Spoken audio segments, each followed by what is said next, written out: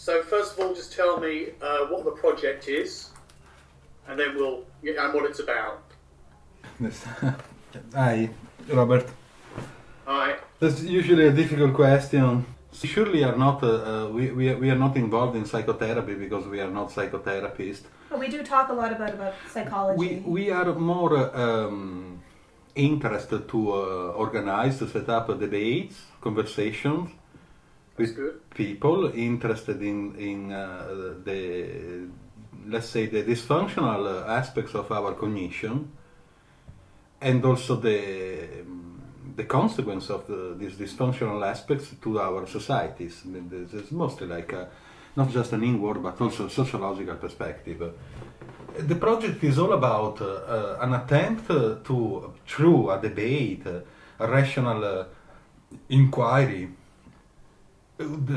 without a belief system as a starting point and without any sort of like ideological goals, whether it be the spiritual or new age or philosophical, whatever it is, or political, of course. We are trying to organize a serious, solid inquiry about the let's say, the condition of our cognition, and then the condition of like so-called humanism in general, both historically, personally, and in the present sociological aspect of it. That's fundamentally what the project is all about. We try the best we can to not use, how can I say that, to not use even partially ideologies coming from other belief systems. We are trying to stay away from the so-called spiritual field of analysis, which are quite superficial. We do analyze those as well, why we cling to that, why we allow those ideologies to think for us, and also why we are so confused, why, even though we have all this information, all this answers, all this help, we're still struggling so much with our mind, making life more complicated and challenging than it has to be. Sorry, but I want to say something just to specify it at the very beginning of the conversation, because there are some people, when they read our contents, some people, which is a little bit understandable, they have the tendency to say, oh well, yes, but you are not really new age, but there is something like kind of spiritual in what you promote, in what you say. Well, the answer is no, and absolutely not. The problem is that's a problem of misinterpretation, because, which is understandable. The internet communication is not really that attentive, that profound. My background. Our position about spirituality is very simple, which is what follows. The valid question is not, is there something real in such a thing as a spiritual way of living? That's not a valid question. This question perhaps sounds romantic, but is futile, at least to our position, because the valid question should be something like this. Where the so-called spiritual desire actually comes from?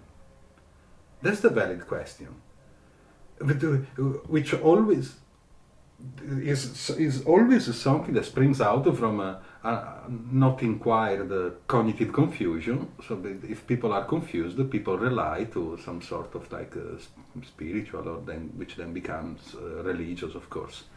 Or just searching for answers to be our authority, to tell us what to do and how to live, rather than just thinking and inquiring into our own mind. Always we rely so much on having other people tell us what to do, what to think for us, rather than how to think for ourselves. Because the question is always, there are some people that constantly say, oh, but there must be something true in the spiritual scenario. Well, the question is, at the light of our anthropology, our human history, we spend like centuries, thousands of years searching for some sort of spiritual, esoteric liberation. What is the point? Where are we now? So the question, how many books, how many gurus do we need more to achieve this? And when? So we are more actually pivoted in the necessity to promote a little bit more attention in our psychological, social problems. I'm not talking about the pathological, the psychopathological problem, because that's the field, that's the medical field. We are not going to touch that field. More from like a humanistic perspective. For example, why the topic of gullibility is not a matter of study at school, not just in the academia, but along the process of education, and not just at school, also in the family, in the group, the society. Why don't we study this problem of credulity that which actually I consider it a problem, especially nowadays. We can see what is going on Facebook. Not just on Facebook and the whole internet. I do not have statistics about that, but I think that it's quite obvious that among especially Western people, this phenomenon of gullibility is actually increasing. All the new age and all this sort of stuff. Okay. It's a long. I told you it'd be long to answer the question. Sorry. Try. Well, that's okay. I just wanted to add one part to that, and I'm be quick. Go for it. Also to inquire in why history keeps repeating itself, and also a macro version why ourselves individually keep falling into the same pothole over and over again. I think that's something very important to really investigate into our own individual psychology and the collective of psychology, and that we don't necessarily need to rely on an expert to tell us that to understand our own mind. We can do that on our own, and that's also a big part of the project as well. Yeah. That we should all be experts of our mind. Even when we're very young, we should really have a good grasp and an understanding of how it works, because it's tricky. There's a lot of traps we set ourselves up with in our mind that can lead to all sorts of self-destructive, addicted exploitation patterns. Yeah. Well, two thoughts that come to mind immediately with what you've been discussing. One, the idea of the increase of gullibility. Yes. I mean, how would you quantify that as being an occurring phenomenon? Well, I do think actually that we should also academically seriously quantify this modern phenomenon. By modern, I say that, let's say something in the last 10, 15 years, basically when the internet communication began in a solid way, let's say 10 years ago. Okay. I really don't think that is my personal impression. I really do believe that, but I do not. I would like to build up some data. Yes, some investigation. Statistics. I guess that maybe some academic field already is already doing this kind of work. Yeah. But yeah. I do believe that it's quite obvious that, for example, the explosion of New Age spirituality. You very well know, Robert, with all the people you've come across and the videos you've done.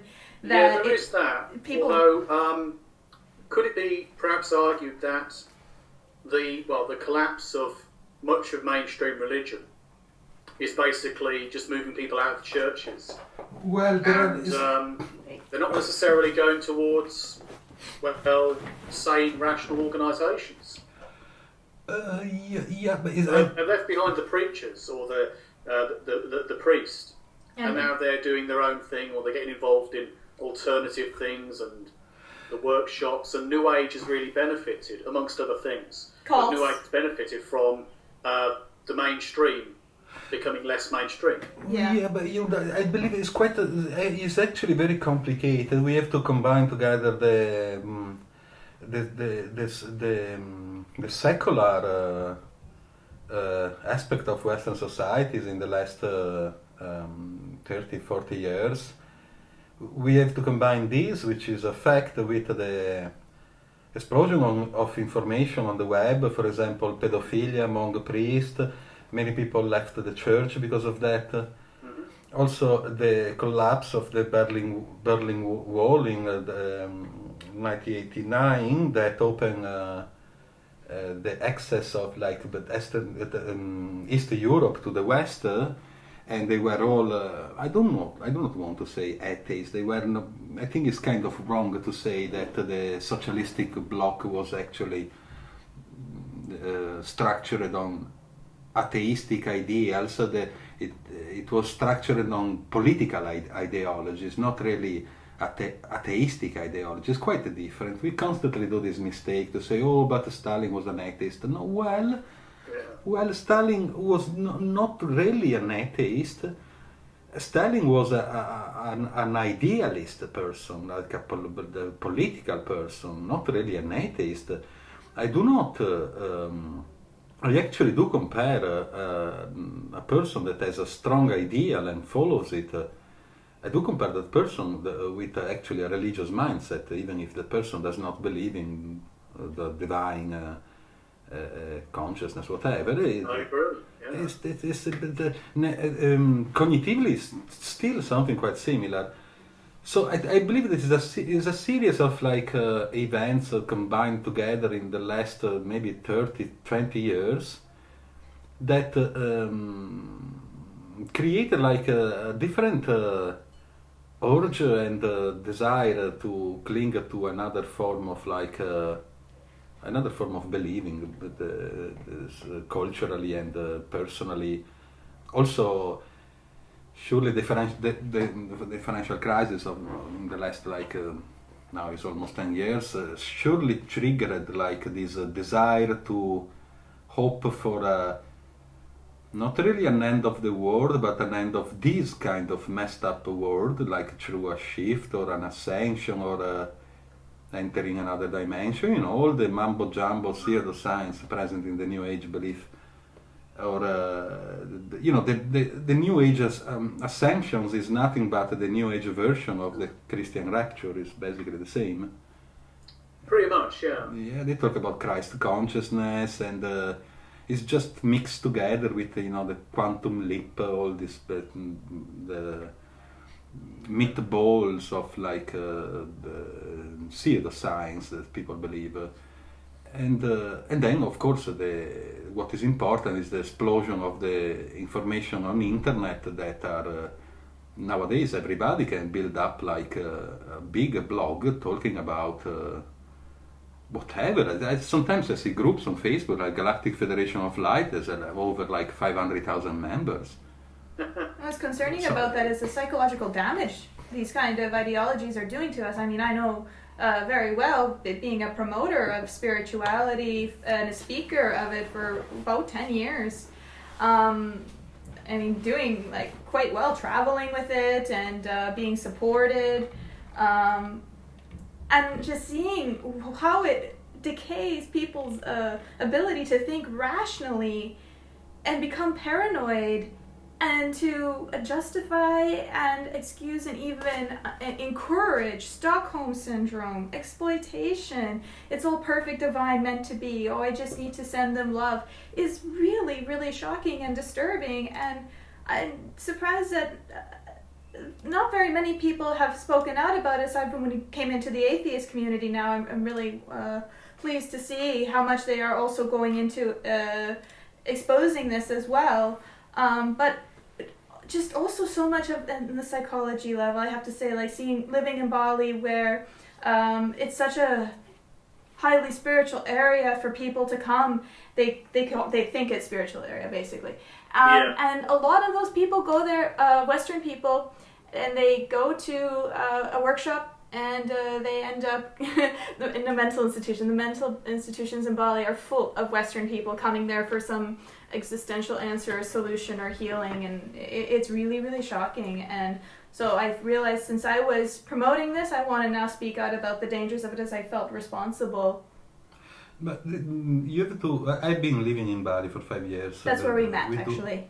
Okay. When I came there to do a spiritual workshop, and then he basically kicked my ass about the stuff I was doing. You were saved.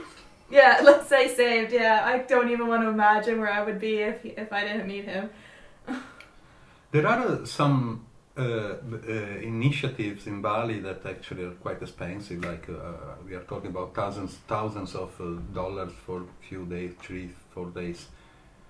That to us sounds perhaps absolutely ridiculous, but Western people, I mean, take those things quite seriously. We came across things like how to channel whatever we mean by that word, psychically the unicorns. I kid you. Unicorn. Yeah. There's a psychic healing channeling unicorns workshop there. I'm not kidding. It's happening for real. Or how to channel the celestial planets, whatever they are and wherever they are, and whatever we mean by celestial planets. Or I'm talking about thousands of dollars or pounds, like workshops, or how to become a oneness giver. Retreat organized by the University of Oneness, and they also give you the certificate as a oneness giver. How is called in Indian? Diksha. Diksha. Are you talking about the hugging saint, Amachi? It's all connected Oneness giving, with the Guru Amma, in the hugging saint in India, that she apparently heals spiritually people by just hugging them, which is absolutely ridiculous, which is a millions of dollar industry. And then the result is that the mental institutions in Bali are actually full of Western people who went there willing to spend thousands of dollars in those things. So we can take it like in a funny way, which is a little bit funny, but the problem, I believe, is quite serious. Like our Goddess Exposed video we did. It's funny, but it's extremely serious. You saw that, right, Robert? Yeah, that's a good one. Diego dressed a drag? And me being like multi-personality? It's funny, but not that funny, because unfortunately there's just like the glamour silly part of that business. I had recently a conversation, written conversation with a girl or lady, I can't remember well, New Age, and she was basically supporting this idea. She said that she claimed this stuff, that every girl in the world that gets raped is to be considered a stupid girl because she deliberately put herself in that condition, being not attentive enough, frequenting not appropriate places or not appropriate people. Which is, but that's pretty disturbing. If you manifest the divine in the present moment, just be present, and then it becomes divine. So even if you're being raped, that's supposedly divine. I think it's beyond the disturbing, because these people are also doing. I mean, you can have your personal belief, your personal idea. You can really believe the stuff. You have the right to believe whatever you want. You do not have the right to create a proselytism. You do not have the right to set up like a YouTube channel to preach about those things and creating followers, because that's beyond disturbing. Well, I try to challenge that person, saying, what about those girls or ladies that live in Yemen or in Sudan, and they are forced to. They have no escape. They have to live with their burqa.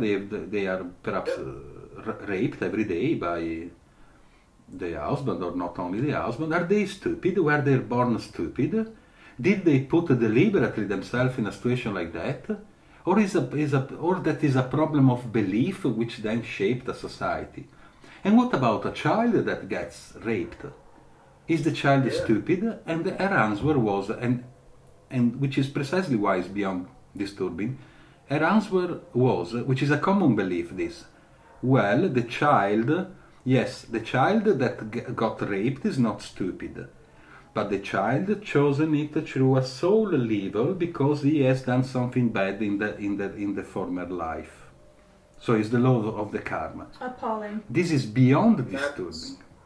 This is madness. And would you feel comfortable to see, hypothetically, your daughter or your son frequenting like a workshop that preaches about stuff like that? I want to feel comfortable at all, because it's installing delusional ideas in the mind of people. And even more shocking about this is that when you try to bring this up to people, particularly the people who are promoting this, they protect it and they attack you. You're negative, you're evil, you're all these different things. We've been called every single name in the book with so much hate mail, all because we're just trying to get people to understand the dangers of it. And I see that it's very difficult to see it at first. For me, I couldn't see it. I was so sure I was helping. It was so comforting and so uplifting. And so you really have to dig underneath to really look at the patterns or where it leads to. The problem is people can't see it until later on, until they're in a really big mess. And even then, they still rely on those beliefs to get them through that mess. So, absolutely. So I mean, that's something that it's hard. How do you get people to realize it beforehand, not after when it's too late? For me, it got me into such a big mess that I didn't know how to get out of it, and I really had to investigate, and I was really shocked to see that I got into this mess because of these beliefs, not because of all these other reasons I tried to tell myself to justify it, to allow. So we are constantly encouraging it. It is pretty insane how people don't really deal with their problems. They hide behind beliefs. They create a lot of their real world problems by neglecting so many aspects of their life. And you try to logically, rationally warn a person, look, you're heading off a cliff and you're trying to bring a lot of people with you and making a profit. And you know very well, Robert, what happens when you try to, inform people about this, how they turn on you. Absolutely. I saw only today a leaflet. Are you familiar with the group Falun Gong? Falun Gong practitioners. Yes, I'm familiar with them. They tend to give leaflets out sometimes, and I found some today just thrown in the street, so they must have been giving some out near me. And they're basically saying that people are being killed just for practicing Falun Gong. Yeah, I know. But it's not quite that simple. No. When you look into it. Yeah, it's very complex. It's mostly a lot of political stuff as well. In actual fact, so-called Master Lee, I can't pronounce his full name. That's okay. So I've been told I pronounce it incorrectly. I won't bother. Okay. But basically, he was establishing a kind of, as with any political religious group, a kind of like his own influence. And with that, it was conflicting with the influence of the Communist Party in China. And so when you've got one mafia versus another mafia, they're going to have conflict. And of course, the Chinese government, having the true influence, simply banned the organisation. Li Hongzhi basically left China and lives in exile in the United States, in New York, I believe. But still, a lot of it is down to the activities of the group, not so much the practices of the usual practitioners who practice certain variations upon things like Tai Chi.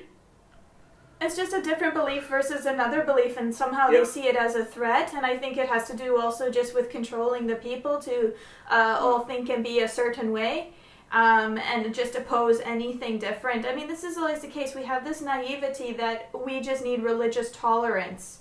But how can we be tolerant to a lot of religious beliefs have a lot of crazy, dangerous, insane customs? I mean, we posted a photo of that recently on our wall of the various animal torture, human torture, in the name of a belief system. We actually recently wrote for an article for the UN, Belgrade. It's also on our conference site, where it's about religious tolerance, and we talk about, well, it's kind of an oxymoron to imagine these two beliefs can live in peace.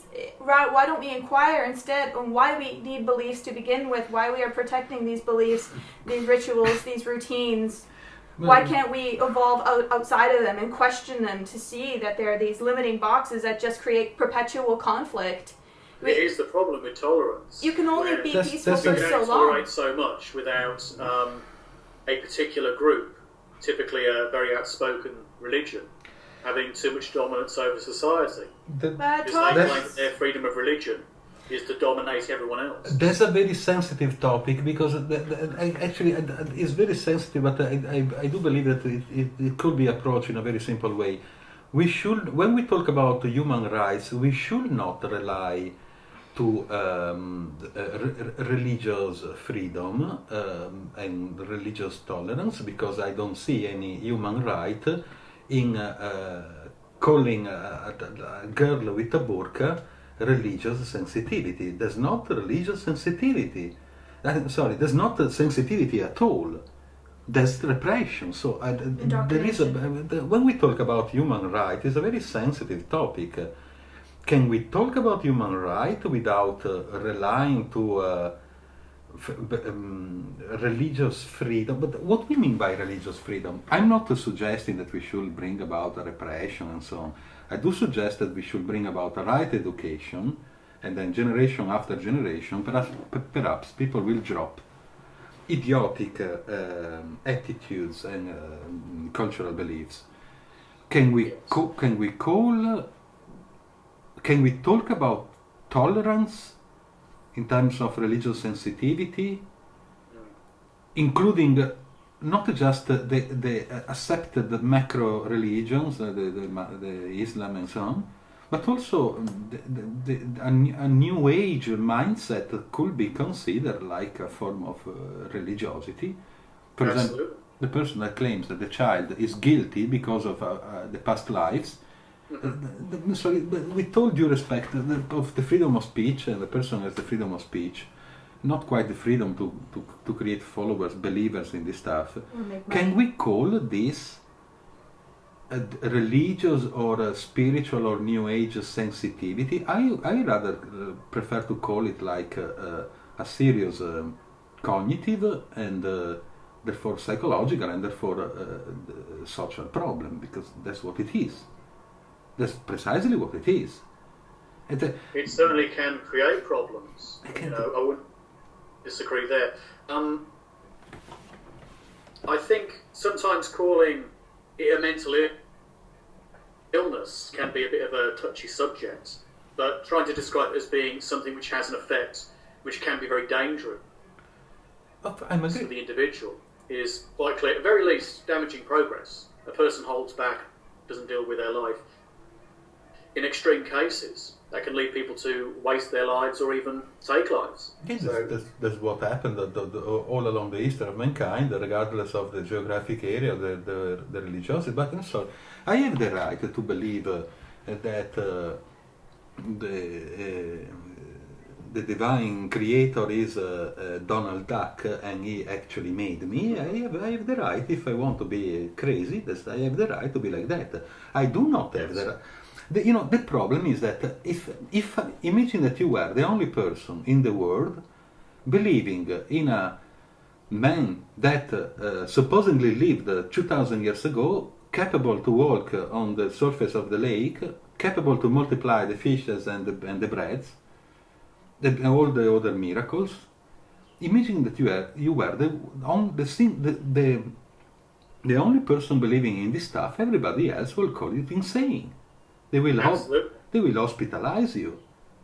And then when we have but religion is a matter of number. When the number is enough, like thousands of people and then millions, this becomes something accepted. And that's the problem, because it's still a form of mental illness. There is no difference. The problem is that it becomes accepted. Then we call there's the Muslim child, there's a Christian child, there's a Buddhist child, and there's a spiritual child. Well, there is no such a thing as a Muslim or a Christian or a Buddhist or a spiritual child or a Christian child. there is a child that grew up in a Muslim environment and went through like a Christian indoctrination and the spiritual mindset and so on.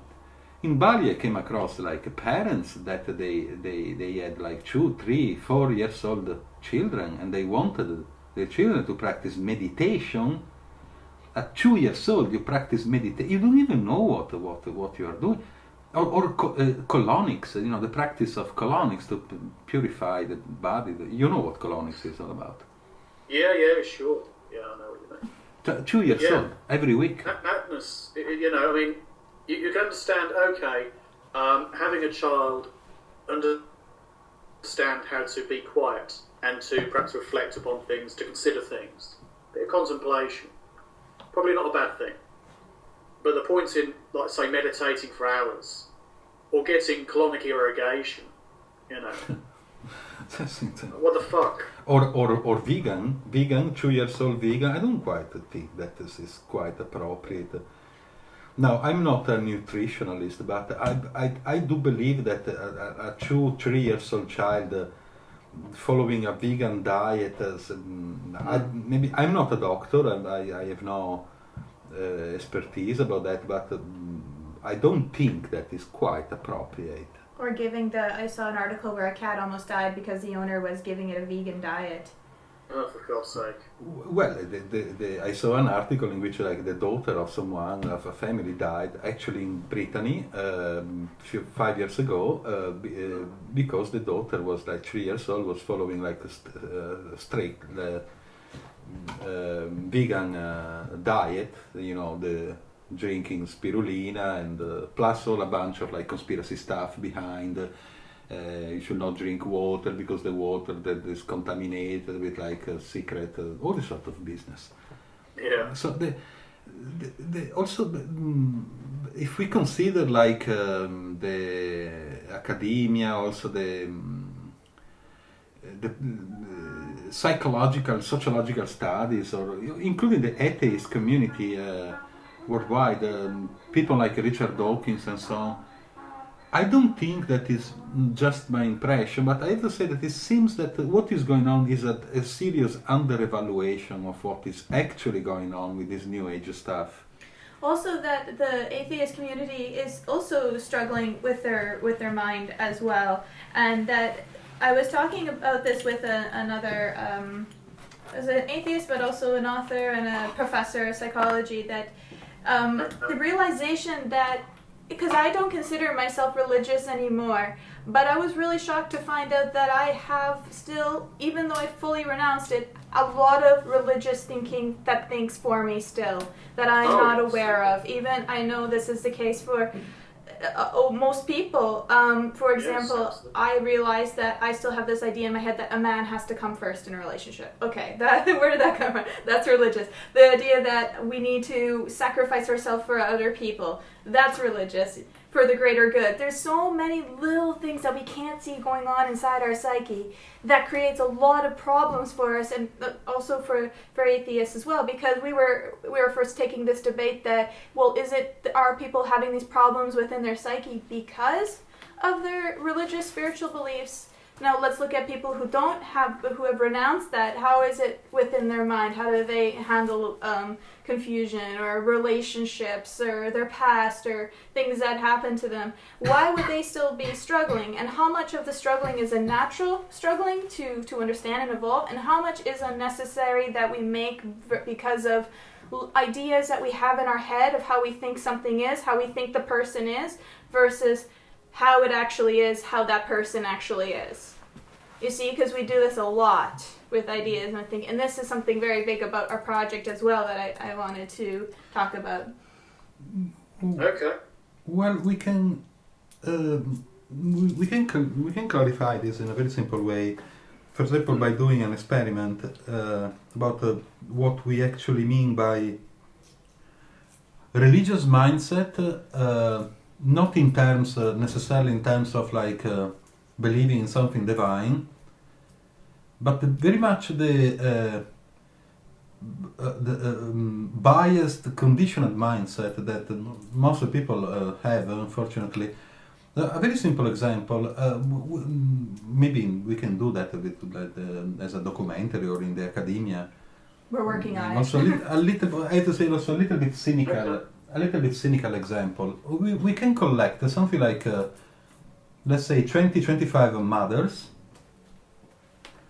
and we can ask them a question. Let's say mothers of very young children, in a range of between 0 and 5 years old children. We can ask them a very superficial question, which is, what is the most important thing in life for you currently, along your present life?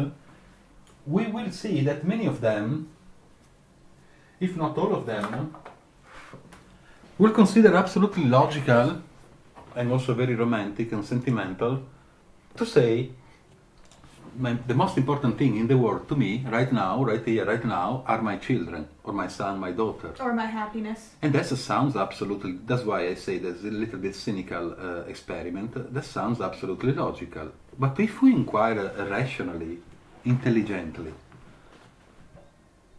and then maybe they will get upset, but as a matter of fact, do you really think that the most important thing in your life, meaning more important than your own life, cognition, intelligence, rationality, lucidity, sobriety, the most important things are your children, and not your clear psychology, which is what you are supposed to, what you supposed to require in order to deal with the parenting activity with your children. This is what you need in order to be to deal with them soberly, intelligently, to deliver like an appropriate education. Then perhaps some of them will say, oh, well, but it's just a semantic. Well, but are we quite sure that it's really just a semantic? I have a friend of mine which is a psychiatrist in Italy, and we have been debating for years about these topics. She always said, and I agree, that the most messed up field, according with her job, is actually the field of parenting.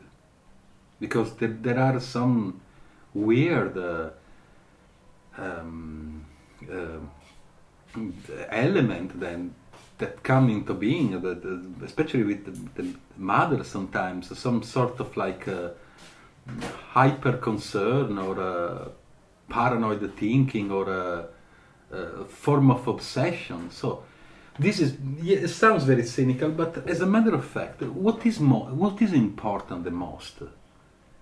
Our psychological, at least the inquiry and the preservation, if it is possible, of our psychological clarity, our rationality, our lucidity, or what is important the most is this idealization, this idea that my children are some sort of sacred things. Of course I have to care about them, obviously. I do not have to neglect them in my name. I'm not talking about this.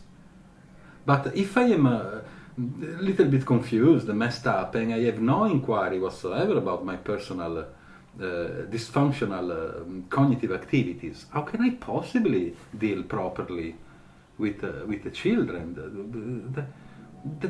That's the, you know, a mother that is new age will say that my children are the most important thing, but that mother does not acknowledge the fact that she is educating the children perhaps through the most gullible and incredibly defective ideologies. Seeing the child through a picture rather than the person, the mind that the child is. I mean, this is a common thing that happens regardless if a person is a believer or not.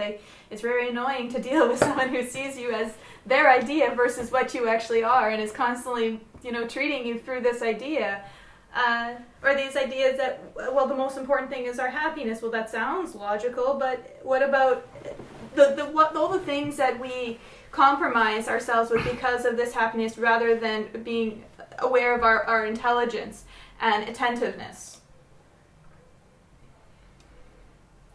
That's more important. You see that is a very, when we bring about these topics, usually people get upset. Which is why we're not very popular. because that a mother will say, okay, you do not understand what it means to be a mother, which is correct. I'm not a father, I'm not a mother, I'm not a parent. But that's not really the point. We are trying to bring about a logical inquiry, and we are not theorizing. Examples of major blind spots and distortions. As a matter of fact, is a mother a healthy, cognitively speaking, a healthy mother when the mother really believes that the most important thing in her life are the children, and simultaneously, at the same time, that mother is perhaps involved in like spiritual beliefs or religious or cultish or sectarian or whatever it is beliefs? I mean, objectively, we cannot say that what is actually taking place there is a healthy relationship between parents and children, and that's indisputable. Is not a theory. But that's conditioning from society mostly as well. This idea of who you should be, how you should be. What we are not promoting like what a person should do. You should like do this, do that. No, we are promoting questioning, not answers. We have been educated to rely mostly to the answers, whether they are spiritual, or philosophical, idealistic, the political, religious, whatever they are. And we are not quite much capable to remain with the question, analyzing the question. So there is a problem there. There is obviously a problem. Maybe not now, but in the future, there will be a problem. The child will grow up like delusional, perhaps. And we're about damage prevention. So, how can we address this? Obviously, it's a matter of education. Like, what will happen if the mother will actually realize that the sobriety of her cognition is actually the most important things, because the education of the child depends on it. Inexorably, the child cannot possibly self-educate himself or herself. Okay. So we're talking about the knock-on effect. Sorry? We're talking about the knock-on effect of the mother who isn't really dealing with things properly, might have weird beliefs, might well pass it on to the child, and that can cause greater psychological problems. Yeah. So the continual process of passing on, well, bullshit, isn't healthy, simply put. Yeah, and not only that, because usually when we talk about these things, we usually face this approach. People will say, well, tell me what is wrong if a priest or a monk or an imam, okay, or a sincere spiritual preacher that is not a scammer, really believes in what he or she preaches. What is wrong if that person preaches what he preaches, and that person is a very cool person, very polite, very kind, very compassionate, very gentle, a wonderful person, but maybe for real. That person preaches about the law of attraction or whatever it is, but that person is a really, sincerely, objectively a cool person. You will love to stay to join that person. Usually people cling to this the counter challenge. The approach of it is actually quite simple. Well, that person, that priest, that spiritual preacher is absolutely cool. I do not deny that. It's very much a nice person. But he's preaching something. How can you guarantee that the next generation of preachers, meaning the followers is creating and nourishing right now with those particular beliefs, what makes you think that the next generation of inherent in that particular ideology will be that kind? Come on, we have like spreading confusion isn't kind. We have to think a little bit more historically sometimes and less like personally. But if we look at like the history of the macro religions, but we have like Christianity that is basically based on what was a revolutionary ideals, like love your enemy. Stockholm syndrome was which I actually find absolutely nonsensical, but that's just my opinion, was revolutionary. Love your enemy, so this ultimate love bomb. But for some reason it became the Holy Inquisition, or the Crusaders, or the evangelization of the North, the South and the North America that killed them, so many people, or all the religious wars. The Pope long ago was actually a king that was like they used to go in the battlefield killing people. So love your enemy became like an expertise in how to torture people. Holy Inquisition. We know what happened there if we know a little bit the old and modern history. Islam, the word means peace. That's what the word means. And the Buddhism, which is not really that insane, but we Western people we have a very like strange and glamour and superficial knowledge of what the Buddhism actually is. We think that they have no hell, they have no heaven. They actually do have the hell and the heaven, which is actually even more sophisticated than the Christian hell, and a little bit crazy. But the Buddhism became like thousands of like golden statues of the fat guy all over the world, and became like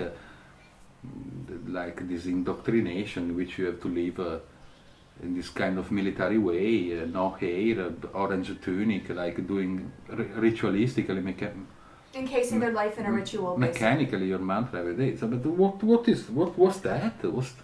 Why people do not observe what is really all about? We're looking for solutions without understanding the problem. If we were to understand the problem, then the solutions would probably go away and the problem would decrease significantly. But instead, all these blind solutions we keep clinging to, maybe this, maybe that, just amplifies the problem, making it worse than it was before. That's what we're witnessing. Depending on what do you consider to be the problem? Well, if there is the problem, or is the problem the idea that we have the problem? And so by doing that, we have a self-fulfilling prophecy in a way, where we say we have all these problems, and here's the cure, and that's how people get hooked on. Yeah. Well, wishful thinking. Yeah. No, that's. Well, let's make it simple, even if it is not simple at all.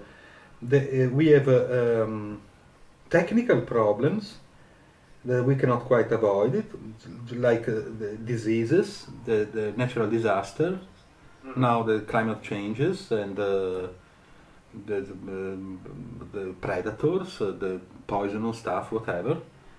And through attentiveness and science, we can progressively try to not really control, but decrease at least those problems. Yes. Then we have cognitive, psychological, therefore sociological, cultural, political, ideological problems. Now, is the moment I invent or I just rely, that which is what most people do, to a particular ideal or a particular mindset or a particular belief, the problem is automatically there because I separate myself from the rest of the psychological reality and the rest of the world. And this is not philosophy, it's a matter of fact. If I, there is a big deal of talking about religious reconciliation, which is also, by the way, the conference for the United States. United Nations. United States, which is an oxymoron, for united in separation. United Nations we had in Belgrade, and I wrote an article there saying, but I'm sorry guys, wait a minute. With all due respect, but I find it quite nonsensical to talk about religious reconciliation. What do we mean by that? That we build up a mosque there and a church here and we put the blue helmets in the middle and then let's see how long it's going to last? Is that what we are talking about? Or perhaps we should talk about the very cognitive and therefore social structure of belief. Well, I mean, are existential beliefs really necessary to evolve, to bring about like a little bit more healthy civilization? Are really beliefs necessary, existential beliefs, necessary to evolve, to be more, to become more humanistically speaking, rational, therefore peaceful, and also more productive? I'm not talking about financially productive, more but the evolution of technology, everything. So that's the major point. Since we were not born with belief system, the question is, why are we not, rather than talking about religious sensitivity, which is a little bit futile, come on guys, why are we not talking, and not just in the academia, but also as a personal analysis, about what are my beliefs? No, okay, well, I'm an atheist. I'm not religious. It doesn't quite. You are atheist. You are surely in a healthy, at least a starting point of analysis. There's no question about that. We still have existential beliefs. Sorry. Then I'm atheist, but I believe that my children are the most important thing in the world. I'm sorry, wait a minute. I'm a little bit cognitively defective. My brain is the most important thing. I'm not being selfish if I claim something like that, because it's a matter of fact. If my brain is defective, how could my relationship with my children, with my partner, with my community is defective as well? That's obvious. If I'm confused and I have no interest to analyze my confusion, whatever that thinks in terms of confusion can only think in terms of confusion. And then, of course, the solution, maybe we need a particular meditation, or we need some people nowadays say, are you confused? Yes. Are you depressed? Yes. Are you struggling? Are you lonely? Yes. Okay, don't worry about it. They are just the symptoms of the ascension to come. So wow, that's ridiculous. So the problem is our interpretation of the problem and our interpretation of the solution. To answer your question in short. Well, okay. To say something very, very, very, that sounds very superficial, when we have like a existential, let's say humanistic problem, cognitive problem, we automatically rely to the necessity of finding out a solution, which sounds absolutely logical. The problem is that did I understand the problem completely? If I have a problem of boredom, the solution is I have to go to the disc, or I have to smoke some ganja, or I have to rely to the Battle of Jack Daniels, or I have to watch a bunch of spiritual videos. But the following day, the boredom, when it comes again, is not understood. So can I understand the problem first of all? So we're no longer a victim of the problem? If I'm driving a car, I'm having a problem, there's smoke coming out from whatever it is, am I not willing to stop the car and check what is going on? Or I go on? Or will I go on? Then having like an exponential increasing of the problem. So we wouldn't do that with a car, so why would we do that with our psyche? Because we do it constantly with our psyche. So that sounds very like the rhetorical, but is actually is not rhetorical at all. It's actually a matter of fact. We were talking also about atheism with a professor psychologist, that atheist. 1 week ago, I asked him a question. The question was, do you believe, do you think that many atheists actually became atheists not really because they completely realized the absurdity of believing in the invisible man living in the sky, but because they just were no longer comfortable with their former religiosity, and they just wanted to join another identitarian mindset? And he said that yes, which I absolutely agree. Also he said that he's not quite comfortable with that word atheist, because it implies automatically a form of category in some way, which is correct. It's like a label of someone who doesn't believe in the spaghetti god. It's kind of a ridiculous But I mean, labels can act as a tool as well, as long as we don't let them become an identity to think for us. It's just like a linguistic. But I will, a person can be an atheist, but maybe the person is not a questioner. Is not like a person that has really a passion for an act of questioning. The person just like constantly speak about the ridiculousness of like religious superstitions and making fun of God and stuff like that. Maybe when then he goes back home, he struggles with the basic stuff about relationship and so on. And so questioning in one thing, but not questioning another area that's more crucial. Let's say this: are we just atheists, or are we also willing to question radically, rationally, intelligently? Why do we have this problem of credulity? Especially nowadays, we are people of Western people, the 21st century. We know that the world is not a pizza anymore, and so on. So why do we have this so easy credulity? You know, all these people that claim to be from the Pleiades, yes, the star system.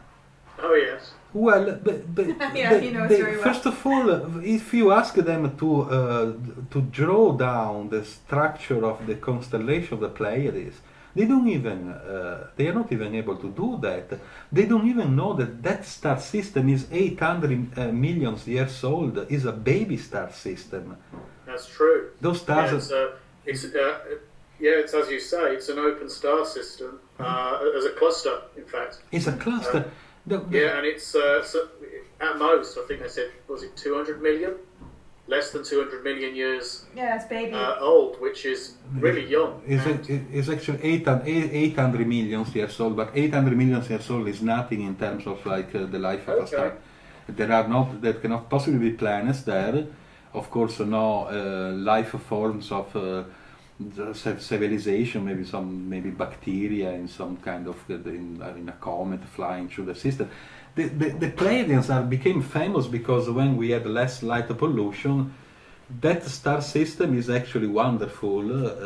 If you have like a clear sky, it's actually very very nice, just like Orion, and therefore people gave like a strong validation to that star system just because it was nice. And but this is to say, also the people claim that they come from Venus, but do you know that Venus is not really a cool place? It's a sauna, the 400 degrees on the surface and constant acid rain. Oh, but you know that what they say to that is NASA is not telling you the truth of the atmosphere of that planet, and another way they respond to it is, we lived there in another dimension, and it's not like that in that dimension. Oh, that's so it's always very convenient to bust around. It is very convenient. Yeah. They try and make their belief work. Oh yeah, absolutely. So they go from that, that foundational point that their belief is true, and therefore, if you reject it, or for that matter, if NASA rejects their claims, then NASA must be in it too. They must be working with the Illuminati. Oh yeah, of course. Right away they made a mistake. You can't rely on it. But fundamentally, we can say I do believe that NASA is actually hiding the evidences that Mickey Mouse is the king of Jupiter. So I can say everything. NASA is hiding the evidences that actually, new flat Earth theories. That this is hiding the evidence that this planet is actually a pizza. But I can say everything. I can say that NASA is hiding that God does not look like an old man. He actually looks like a banana tree, and whatever is convenient to me. Also, what you were saying earlier, Robert, this idea that when we have an identity or an idea about life and ourselves, we tend to look at everything that way. So when I was spiritual, 11:11, this is happening, that means this, we're always trying to link it to our beliefs, or that I got the parking place, thanks God, it was God that did it. So we really are... The way we decode reality through this belief system creates this major filtering. That's true. And that's something that we also talk a lot about as well. And actually what we are doing is we have a year kind of a coaching that a person works with us once a week to really inquire into all these little hidden aspects of our mind that we can't, see into. And we're also wanting to work with the academia field. We want to discuss, but why would we came to believe in those? Why a person says, "I love the Bible"? Have you ever read that book? But I don't actually think the Bible and the Quran, the Gita, should be at school. The children should not read those books to become indoctrinated, but they should analyze the absurdity of that stuff. The Bible is 10,000 more violent the Bible than the Lord of the Ring. My goodness. It's more violent than all the horror movies out there combined. Like you just can't make that stuff up, as God is so sick and twisted. How can we? The clever invention of the priest is, but you should interpret. Well. So if God is about to kill Moses just because Moses forgot to circumcise his son, then I should interpret. But when something is instead a little bit more convenient, then I should not interpret. I should take it like literally. Oh, come on, I'm not that stupid. I do not want to be that stupid. So we are, as a project, whatever initiative, we want to analyze what happened to our brain that we become like. How can I possibly say that I love the Bible? How can I possibly believe that if I visualize the postman with the checks, and I will become rich rather than the bills. Bills will come if I have bills to pay. How can I, Deepak Chopra style, how can I possibly believe that an atom has consciousness? Brains have consciousness. Of course atoms shape brains, but brains has consciousness, not a piece of shit in my toilet that has not consciousness. Why do we not necessarily believe, but why do we find romantic or fascinating those things that they are beyond credulity? They are really deleterious, I have to say. And so what happens to our brain that we realize? Why irrationality has been, and it is always more alluring that logical thinking. Can we have a passion of thinking logically, or is that necessarily a problem? Because some people believe that if I think logically, I become like a kind of robot, like a cold atheist logic. Well, no more. Well, can I be emotionally logical? I don't see why not. I think we're meant to be. I'm not saying that we do not natural intelligence. I'm not saying that we do not have to cry when we want to cry, all this sort of stuff. But can we?